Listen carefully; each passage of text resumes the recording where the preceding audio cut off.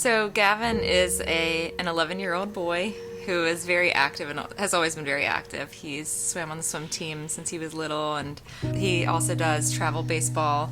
So that's his home, is kind of competing. He's always happy when he's outside playing with football with his brothers, or jumping on the trampoline and running around. So he was complaining a little bit about his leg hurting, but nothing too concerning. He was still running around active with his brothers. But I remember saying to him, Gavin, if it really hurts, then we're going to go to the doctor and I'll do anything.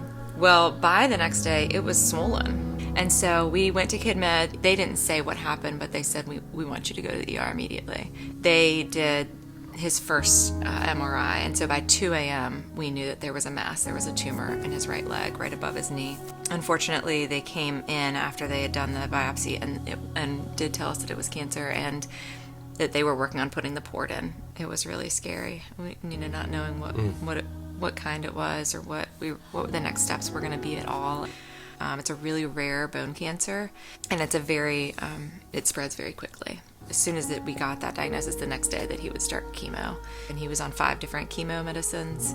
He had 2 blood transfusions when his numbers got really low. He had new platelets put in one time. And then during his surgery, he ended up having 3 blood transfusions. Still really hard to accept, but it was the best option we had, and we're really, we havenent looked back. He was in the wheelchair for a while, and then he kind of transitioned to crutches. So finally in January, he got his first prosthesis. Just been through chemo, and 10 days after treatment, after his amputation, he had to go back to chemo. He's just a fighter. He was so brave through all of it, and strong. So many of our prayers have been answered through this. All the things we're seeing now happening. He just started back to school this week, and it was a great experience because he had stayed close with his friends, and they had supported him through this. He had that support. It happened really fast, and I think the financial burden. Russ is a teacher. I'm a school counselor.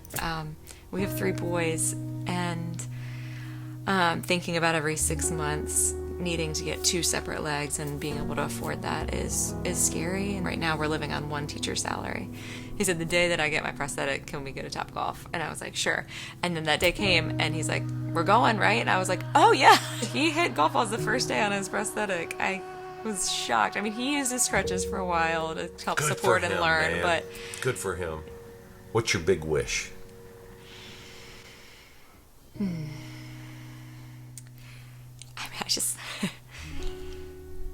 I'm just so thankful he's alive. That was our wish.